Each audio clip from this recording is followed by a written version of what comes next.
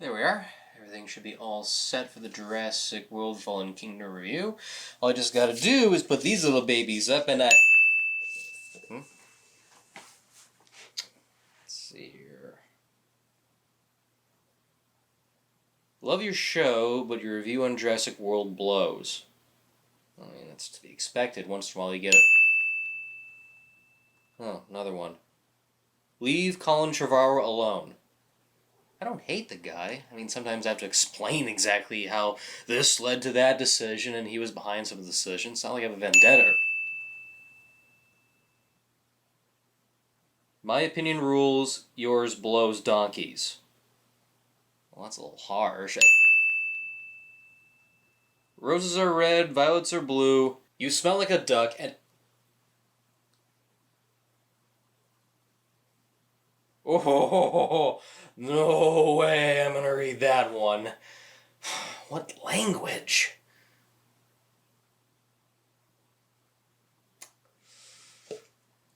Well, if you didn't like what I had to say about Jurassic World, chances are you're not gonna like what I have to say about the next two movies.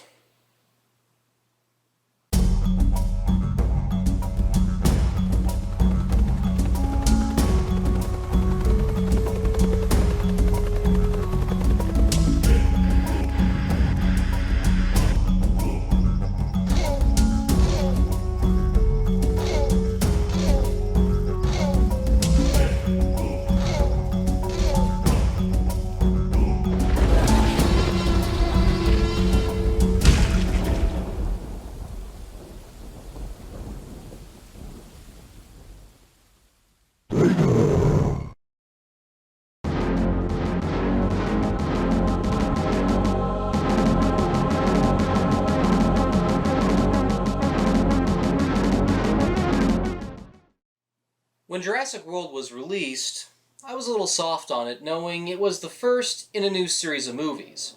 Colin Trevorrow wanted to make a trilogy with an extended linking narrative, so if the first movie was not that good, the sequels would probably make up for it. Granted, I enjoyed the first movie on opening weekend, but since then the rewatchability has lessened over time. I don't think it's a great movie by any means, yet it does have its moments, to say the least. But hey, this is a movie about dinosaurs. There's so many ideas and possibilities that he could dive right into. Yet, what we got instead was not quite what we expected with Fallen Kingdom. Trevorrow wanted to do something similar with the original Star Wars trilogy, where each installment would be helmed by a different director. Quite ironic, given the Star Wars sequel trilogy was doing the same thing, and also ended up going down a similar path. But one thing at a time here. The director hired was J.A. Bononia, and I know this guy can do good movies. The Orphanage, The Impossible, and A Monster Calls, the latter which I felt was a solid adaptation. However, I don't think Bayona brought enough of his vision to the table. Surprised to say, he liked the ideas and even the script that Trevorrow and his writing partner Derek Connolly penned, and thus he only made minor adjustments. Say, remember when Irving Kershner directed The Empire Strikes Back, one of the most notable entries in the Star Wars franchise? Even if the backbone was clearly the story done by George Lucas, Kershner brought a lot to the table by developing the characters a little more, giving a tone that was so different from the first movie, and making it his own. Yeah, Lucas has credit to the tale, but Kershner really knocked out of the ballpark by bringing his own in terms of tone and style.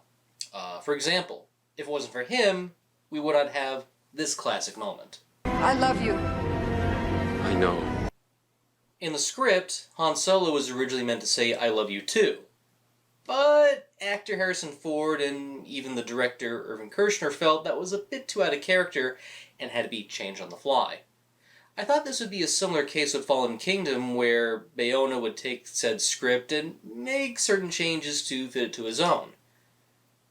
Unfortunately, that was not the case here, as he decided to use the script as more of a roadmap instead of adding in more of his own ideas. But he said he liked the script and changed very little of it. So clearly what we have here is a sequel that has Trevorrow and Connolly's fingerprints all over it, and Bayona really as a director for hire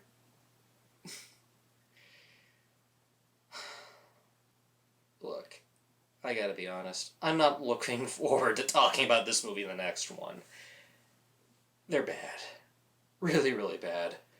But, okay, no one sets out to make a bad movie. I believe in that statement very, very well. But there comes a point where you look behind the scenes and see that certain choices and paths taken don't always lead to well-executed things. What might sound good on paper needs some weighted material and execution to make it appear look good. And let me tell you, I don't know what in the world they were thinking, but some of those choices they made did not equal a good movie experience for me. The opening sequence is probably one of the best things about Fallen Kingdom. A group of mercenaries on Isla Nublar are sent to get DNA from the remains of the Indominus Rex, and of course, they get attacked by dinosaurs. I will give Bayona this much. He actually expanded the sequence to give a more grander feel and to start things off on a bang. Sure, there are some dumb moments like how can one of the members not notice a T-Rex just right behind him, or even why the very same person doesn't just climb up the chopper's ladder to avoid getting munched on. But the energy is so high and action-orientated to the point it undermines the rest of the movie for me. Bryce Dallas Howard and Chris Pratt return as Clara Deering and Owen Grady because, of course, audiences wanted to see more of their story, especially with lame dialogue like this. So how is that you leaving me? Because I left. I left you. You left because I told you to. And then I left. Clara this time is an activist trying to fight for dinosaur rights, and Owen is more interested in having a quiet life while trying to build a house from scratch. Something about these character changes don't really make sense for me. Wouldn't they still be getting nightmares after their experiences from the island? And on top of that, why in the world would Claire want to try and save something that almost practically ate her? I mean, okay, I get it. You're going in a different direction and doing something new and fresh, fine. And you want to really escalate the characters to a point where you add a new challenge to them by changing their personality and stuff, so it's not repetitive. Sure, fine, what have you. But even I admit, this is rather weird, but this is the least of my troubles with the movie. It's revealed that Isla Nublar has a volcano on the island that's starting to erupt and destroy animal life that is residing. A US Senate debates if the dinosaurs should be saved, but instead decide to let them perish, feeling this is an act of God or some bullcrap. Say, remember Site B? You know, Isla Sorna? An island dedicated to creating the dinosaurs? Why don't you just move all of the creatures to that particular island? You have a secondary island full of dinosaurs, and even this movie alone makes that one a little canon, so quite possibly it exists. Well, according to some expanded material, apparently and supposedly, all the dinosaurs from Site B were moved over to Isla Nublar for the opening of Jurassic World. Now, maybe I missed something, but the fact that this was mentioned in expanding material and not in the movies in general, something like that will come off as feeling non-canon and pretty lazy to me. Also sad to say that 5 videos in and I can finally pronounce Isla Sorna right. Well, apparently John Hammond had some silent partners, and one of them, Benjamin Lockwood, says he has a plan to relocate the dinosaurs to a new island before the eruption. His assistant, Eli Mills, sends Claire and Owen to turn on the tracking systems on the island, so that way the dinosaurs can be found a little more easily, and also to find one of the velociraptors named Blue, because she has some unique blood or something of that nature. Well, as it turns out, the whole thing is a ruse, so Lockwood's assistant can sell off the dinosaurs at an auction, so others can attempt to weaponize the prehistoric beasts. The whole movie feels like 2 different tones stitched together. The first hour or so is a disaster movie with dinosaurs, but the last hour is very much dinosaurs in a mansion. I feel with these 2 tones on their own, they could work well, but mixing them into one movie, they don't mix. The destruction of Isla Nublar is such an epic moment that I feel it weakens the remainder of the movie. The explosion and dinosaur stampede feels climactic to the point. This is a true climax that's good enough for a rather explosive ending. I will let slide the obvious question as to how these mercenaries were able to capture all the dinosaurs in such a short amount of time, let alone even before the volcano erupted. If you can give us some characters that don't feel one-dimensional, or at the very least, boring. Ted Levine is the commander of the mercenaries, and he's very much every stereotypical loudmouth army guy rolled up into one. He's selfish, has zero tolerance to anyone, motivated by money, and collects dinosaur teeth. I think I bought this better when you had Robert G. Durant collect fingers in Darkman. All these attributes could make for an interesting character, but it doesn't. He's too cartoonish to the point I can't take him seriously. It feels more like an over-the-top parody of R. Lee Ermey from Full Metal Jacket. Even Eli Mills is not very interesting. He's just a wormy, bookish guy who wants money. Every action he does or chooses is just for the sake of greed, but there's no drive. What's more bizarre is how Benjamin is dressed like John Hammond, even to the point he carries the famous Ember cane. Something tells me this was intended to be for the Hammond character. Then again, Richard Attenborough did pass away in 2014, so it would be hard to shoehorn in this kind of character.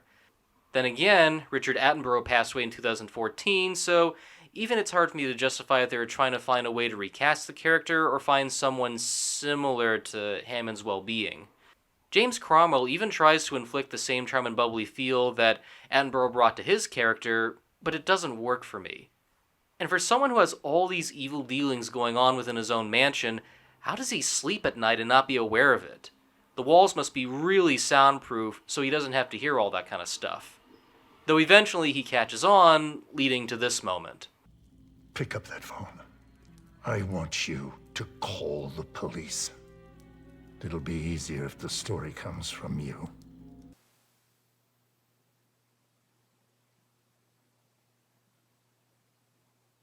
This scene really bothers me. Okay, there's another one, but I'll save that little juicy bit for the end, where it belongs. But really, you just find out that your assistant is doing evil dealings in your mansion, and your ingenious plan is to convince him to call the police and confess every little dirty thing that you've been doing behind your back. Of course he's not gonna follow through and smother you with pillow foo. I'm not trying to insult the intelligence of Colin Trevorrow and his writing partner Derek Connolly, but I would so be fascinated to know exactly what were they thinking when they got to this point. Exactly what director Bayona was processing when staging this scene, and just how this one little dumb moment could slip right by them. I mean, my goodness. It's just so unrealistic. Of all the things that Lockwood could have done, confronting your worker and telling him to call the police. There's been dumb moments, but just seeing how this franchise progresses in the evolution of stupidity is enough to make Idiocracy a documentary. But oh, that's the least of my problems. Then you have Toby Jones as Mr. Eversole, an auctioneer working with Eli to make a profit off the Isla Nublar dinosaurs. He doesn't care about what to sell as long as it makes a profit. Excuse me. Yeah. Where are the dinosaurs? The dinosaurs are en route. Oh, so am I supposed to sell these ones? For some reason, he looks like Paul Williams from Phantom of the Paradise and Donald Trump frappéed in a blender. Surprised to say, his likeness to Trump was actually intentional. Director J.A. Bayana decided to let actor Toby Jones design the look of his character, so Toby wore a wig similar to Trump's hairstyle and fitted himself with false teeth. Even Trevorrow and Connolly's script wanted to reflect on themes of political megalomania and greed, with how the dinosaurs are viewed as a money-making scheme, much like how black market animals are treated. That's fine and all, but the execution just comes off forced and obvious. Now, I for one don't mind having social commentary in my popcorn entertainment flicks, as long as it's handled well. And in some cases, maybe these themes could work well in some of Michael Crichton's own, given that he too did some things, like the examination of how far technology can go in Westworld to the dangers and greed of using AI in Looker, which is extremely underrated, and I hope you can check it out after this video. Seriously, watch Looker. A much more better movie than this one, but I digress. There's good ways to use subtlety of social commentary and bad ways of using social commentary. There's the good way and the abusive way. A good example is 1968's Planet of the Apes. Just the idea on how they depict the social class by means of ranking through the assortment of the different primates is actually kind of clever. The chimpanzees as the pacifists and scientists, the orangutans as the lawmakers and the religious types, and the gorillas being used for the more militant means. It's a little on the nose, but at the same time you can just look past that to the point you can think about that afterwards and contribute that into today's society. It's there, but it's just hidden well enough for you to consider it as an afterthought. It's part of the fun, but not enough to be fully distracting. But then you decide to watch its sequel, Beneath the Planet of the Apes, and come across something like this. Oh, freedom! Freedom! Peace! Peace and freedom! Freedom! Peace! Get off the road, Peace young and people. Freedom! Freedom! Peace! Pretty ironic, if you ask me, when you have two movies back-to-back that show good examples of how to utilize social commentary in subtle ways, and not so much. Fallen Kingdom, on the other hand, takes that social commentary, lays it out on the clothesline for everyone to see, and lets it dry in the sun. Hard! I shouldn't blame the dark nature of these villains and antagonists too much. They were written that way. No joke. When Colin Trevorrow was working on the script, he decided to make every bad guy so unlikable to a fault, that way they earned their just desserts. This was based on the mixed reaction how Claire's assistant received an over-exaggerated death that wasn't really earned. And while I can respect on one who tries to listen to criticism and does something different, this only makes the lead heroes not interesting for two reasons. When they are placed in a perilous situation, there's no risk factor or believability that any of them will die. And granted, there are some scenes on the island where they do face certain challenges, and yet they come out scot-free. I will let that slide, unless you somehow raise the stakes more, and it kinda doesn't. For the remainder, our heroes are placed in a mansion, a basic environment that is enclosed from the rest of the world. It could give off a claustrophobic feel, but the underground base and vast nature only makes me wonder who designed this enough to the point you could turn this into a grand hotel.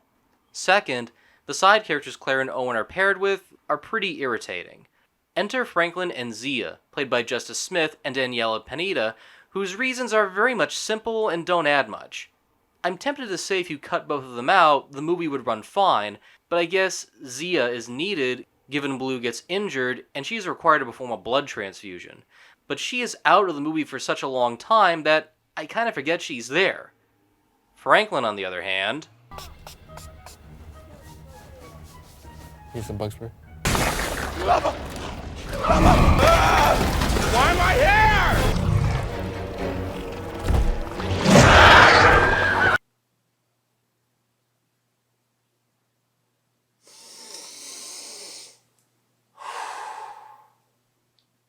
Justice Smith, honey, Bubba, you're not a bad actor. You were great in Detective Pikachu, and I loved you as the wizard character in Dungeons & Dragons Honor Among Thieves. I'm not going to blame you for this one. It was just a scripting issue. They probably just needed something quirky, and you went along with it. I won't blame you here, pal. You're not to blame for this one. One of the few things I kinda do like is BD Wong returning as Henry Wu. He doesn't get much to do, but at least they try to give him something of a character arc that has a weird payoff in the next movie. To see him go from mad scientist to realizing his faults is kind of a strange shift here, but then again, so much else is focused on that he feels like a footnote here. I still argue that if these Jurassic World movies focus on Henry Wu as the main antagonist, I can see this working. It'd be more in key with his character in the Michael Crichton novel. And I know we have yet to cover Dominion, but it feels bizarre to see him start off wanting to create the perfect weaponized dinosaur and then pedal back to, let's just save the world. They even throw in an extended cameo by Jeff Goldblum as Ian Malcolm, who bookends the movie. He doesn't do too much outside of just rambling about how dinosaurs will lead to an extinction or something like that. So, how long is it going to take for that to spread around the globe? And what's going to be done with it? It ain't going to stop with the de-extinction of the dinosaurs. Apartments.com. Yes, because life finds a way. The action scenes are fine. Most of them in the first half are not too bad. For my money, seeing the dinosaur stampede during the island destruction was worth seeing on the big screen alone. Aside from one or two weird moments like the T-Rex briefly saving our heroes from the carnivore, it's well staged at times. There's a moment when they stow away on a ship and Blue needs a blood transfusion. The only other creature close by to get blood from is a T-Rex. I like the suspense and the use of the animatronic head, but the way they escape may be a touch silly. Like, a bit too close to Han Solo dodging Greedo's blast, if you get what I mean. The effects on the dinosaurs are a little better this time around, but not by a lot. There's more use of animatronics, and even when I don't realize it, like Owen training raptor babies. For me, this is what Jurassic World should have done in the visual effects department. Only use the digital effects when the practical element has its limits. And there are moments when my eye is observing each shot to see where the two blend together. Even if it can get a little obvious, I will give some leeway for improving on a couple of technicalities. The last thing I guess there is to talk about is the ending, because there are so many different components to it. I would have forgiven this movie for all its faults if it wasn't for how lousy the way it concludes. During the auction, Eli and company present a new hybrid Wu created with them called the Indoraptor, which is very much the Indominus Rex but shrunken down and infused with raptor DNA.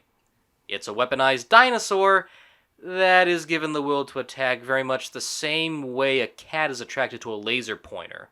Well, if that was the case, maybe you should have, trained lions or cloned a bunch of saber-toothed tigers to do that instead. I read up somewhere that originally there were going to be two Indoraptors, one being covered in pure white scales, though it would be slain by the black one as sort of an allusion to the Cain and Abel Bible tale. Though, Bayona felt there was a little too much going on, and thus the idea was dropped. But what puzzles me is this. After the Indoraptor is presented, people start bidding on it.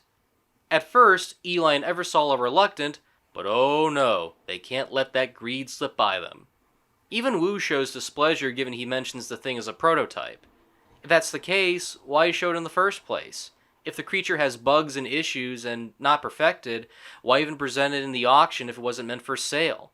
And if someone bought it, what if they had problems with it, like being faulty or attacking its own owner? There's making bad decisions and not thinking things through.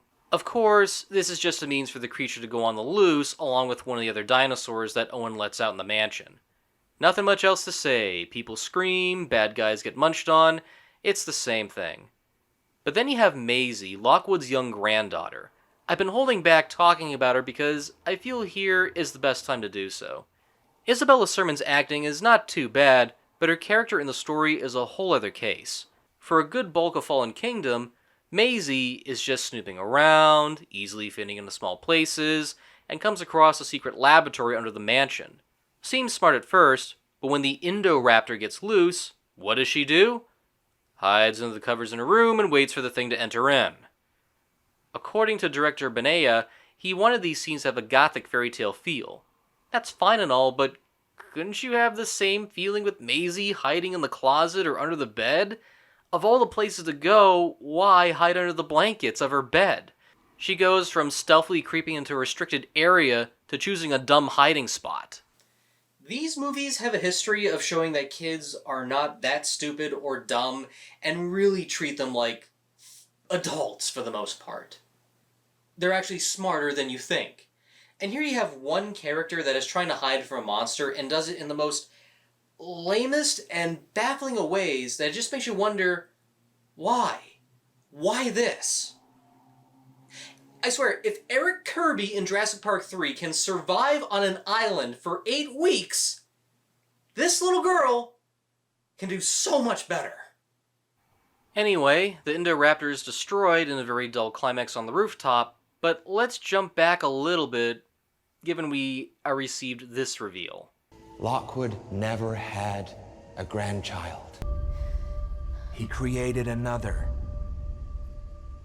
He made her again.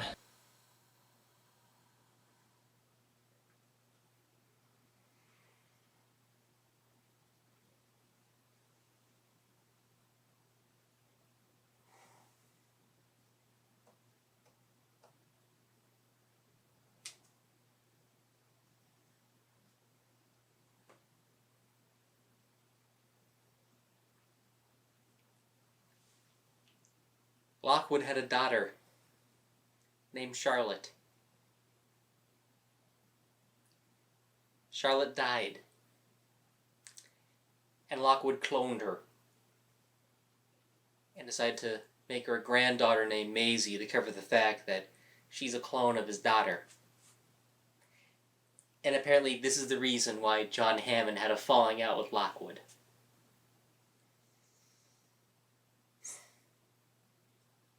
You know, for a movie about dinosaurs, this takes such a bizarre twist that it doesn't really add to anything or amount to much. It's just here for shock value. In a different movie, the idea of human cloning could be something of worth, but the fact it's here at the very last minute, the very last tiny insignificant minute, and don't do anything with it, really grinds my gears. I also find it funny in hindsight how Eli keeps saying he had the technology and he created her, when in the next movie this is somewhat retconned by saying Lockwood's daughter actually cloned herself due to some fatal disease she carried. However, Dominion covers this up in a rather lazy explanation, and even Colin Trevorrow said this was part of the plan by Maisie being created by, not the result of some relative missing her. Wow, smooth way to patch that one up. But even more fascinating is that Steven Spielberg actually supported this idea. Yeah. He actually wanted to see where this whole idea could go, thinking that there was some potential and possibilities to go with. Okay, so maybe on paper, it could work. But I keep saying this time again, it's all about execution and where it fits into the visual presentation. You have an entire franchise that is questioning the tinkering of science for the sake of our own amusement and entertainment, and possibly capitalistic greed. And with this injected in, it doesn't quite fit into the equation so well. Maybe if it was set in its own movie, I could buy this, but for a feature film about bringing dinosaurs back to life, I don't see that fitting in. Of course, I could discuss this problem I have a little bit more, but oh no. No. I'll save that for the next movie. Because this leads into, by far, one of the most baffling moments throughout this entire entry.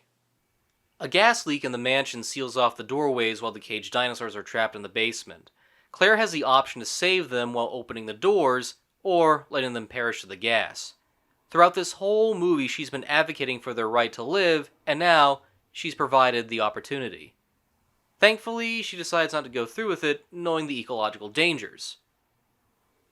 But Maisie does it instead. And what is her reason? I had to. They're alive. Like me.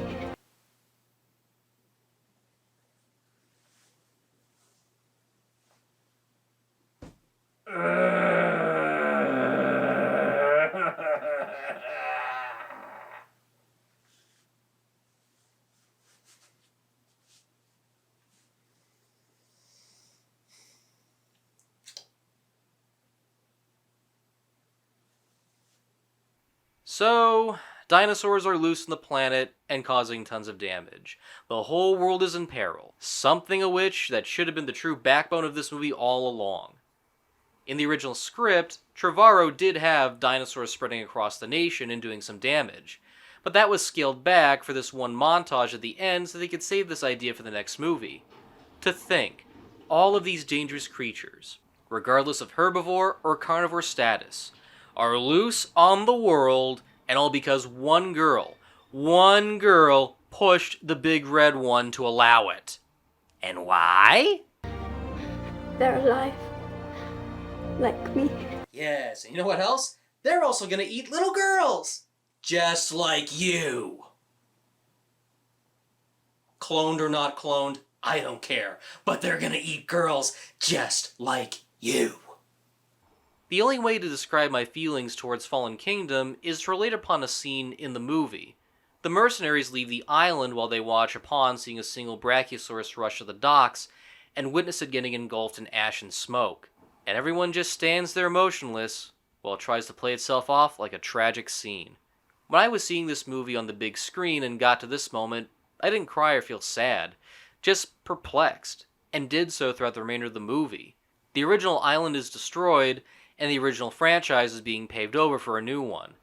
I just took it at face value and had no idea what to think. There were too many strange turns and mean-spirited choices that don't amount to anything in the long run. Now with the trilogy complete, I can certainly say my final verdict is this. Skip this one and play Dino Crisis instead. Well, anyway, those are my thoughts. Really? Already? Ooh. Ooh. Oh, brother. I knew for a fact that I was going to get a lot of nasty comments and disagreements. I didn't think they'd come out that soon. Well, if they ain't gonna like what you got to say about the first one, they ain't gonna like what you think about the sequels. Speaking of which... It's the end of the world as we know it. It's the end of the world as we know it. It's the end of the world as we know it. Not real fun. 6 o'clock TV hour, don't get caught. Foreign tower, slash and burn, return. Listen to yourself churn. Offer me a uniform and book burning, blood letting every motive escalate. Automotive incinerate. Light a candle, light a motor, step down. Watch Neo crush. Uh-oh, this means no fear. Cavalier, renegade, steer clear. A tournament of lies. Offer me solutions, offer me alternatives, and I keep mine. It's the end of the world as we know it. It's the end of the world as we know it. It's the end of the world as we know it. Not real fun. Cut. Bunga bunga. Me like good TV. No, KV. God, I love that guy. It's almost midnight. I don't know. I don't know if I want to do it.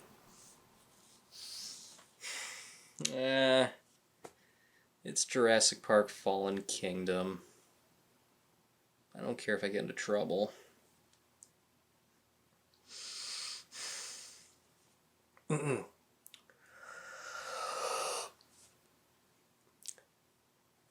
Captain Caveman!